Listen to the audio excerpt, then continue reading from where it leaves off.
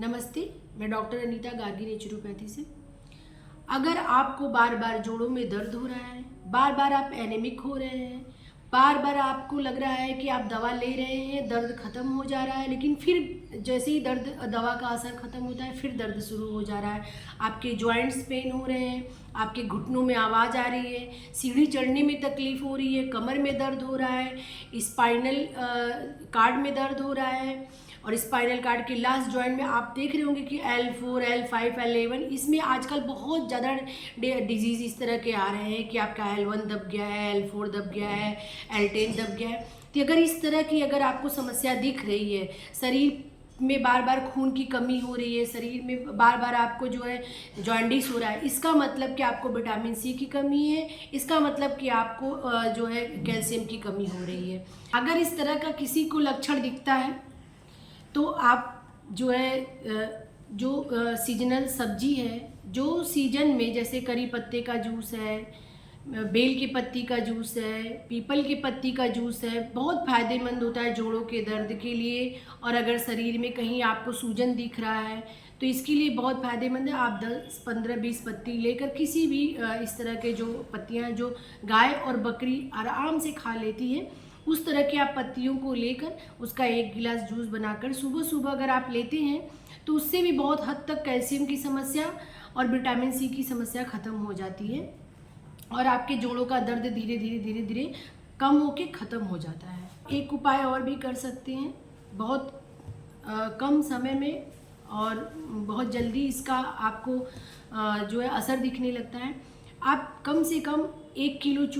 Kilo हल्दी ले लीजिए और उसमें कम से कम 100 ग्राम चूना ले लीजिए। वो दोनों हल्दी और चूने के मिश्रण को मिलाकर एक घड़े में रख दीजिए आप 15 दिन तक। अब 15 दिन तक उसको रखना है, लेकिन हर तीसरे दिन उसको खोल कर उसको चला देना है। उसमें का जो एक गैस बनता है वो धीरे धीरे निकल जाएगा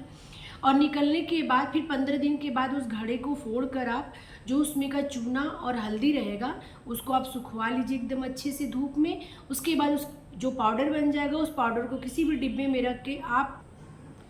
उसको लेकर आप जो छोटा चम्मच चाय का होता है उससे आप डेली उसको 1 गिलास पानी में, गर्म पानी में या नॉर्मल पानी में या रूम टेम्परेचर वाले पानी में आप लेकर उसको मिलाकर आप पी सकते हैं। कितनी भी पुरानी जोड़ों की दर्द हो, कितने भी पुरानी अगर आपका जो है अगर शरीर में दर्द होता हो, कैल्शियम की कमी हो,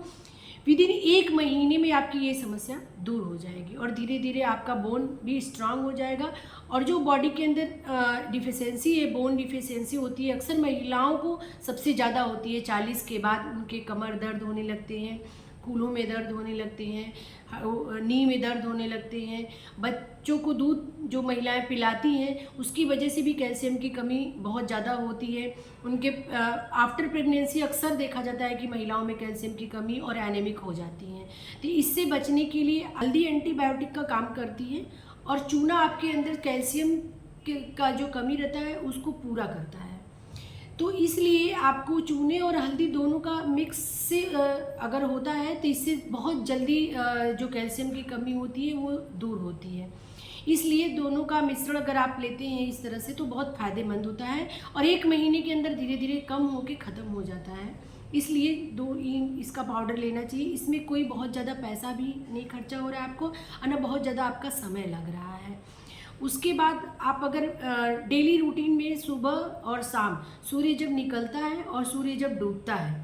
तो उस समय अगर आप 10-10 मिनट अगर आप लेते हैं, धूप लेते हैं, और जब डूबने के समय भी और उगते समय भी, उससे भी विटामिन डी की कमी से भी कभी कभी हमें पता नहीं चलता है, विटामिन डी की कमी से भी कैल्शियम की कमी हो जाती है और बॉडी एनीमिक हो जाती है। जब हम धूप सेकते हैं तो उससे भी हमारा बहुत सारा बीमारी दूर हो जाता है। जो जोड़ों का दर्द है ये ठीक हो सकता है। इसमें कोई पैसा आपका नहीं लग रहा है।